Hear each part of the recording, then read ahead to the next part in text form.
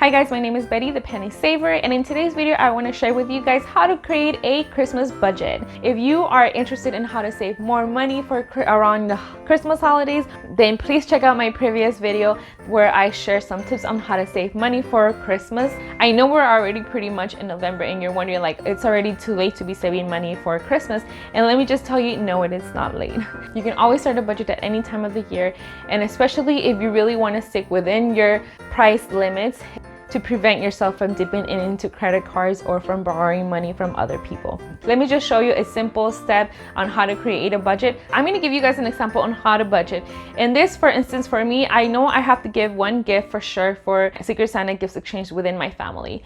Then I have 3 nieces, so that is already 4 people. And then I usually will give gifts to my parents, but they actually decided to join in onto the Secret Santas. And if you're wondering about my husband and I don't really give gifts to each other. I don't really ask for things around Christmas, and I don't feel bad if I don't get anything from my husband. If I do, that's great, but I usually make it point and clear to him that he doesn't need to get me anything. So that is for people that I'm just giving within my family. So if I said I have $50 for the gift exchange and then I have 3 nieces, and then for them I usually end up spending around like $10 to $25 for each kid. I feel like I usually end up spending less than that because, like I said, I get great deals. But yeah, so that's usually, I'm just gonna say $20 because I'd rather over budget than be under budget.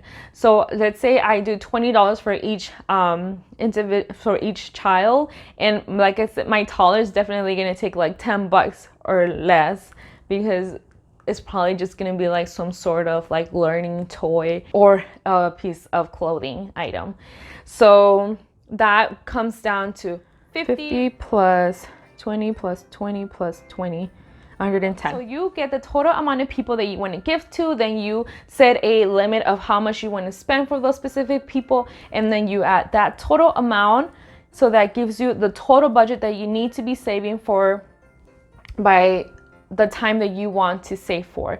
So let's say we start in November because you waited till the last minute, like I usually do, to be honest, because I live away from my family, so I have to travel to get to my family for holidays. So I tend to buy my gifts till I get to the location that I need to be for the holidays, so that I don't have to spend money on trying to ship more items home or carrying more items with me around in the airport. So you want to divide the total amount that you plan to spend on each individual and divide it by the amount of weeks you have left. So that is 6 weeks. So then that means that if each week you need to be saving around $18 to get to that budget.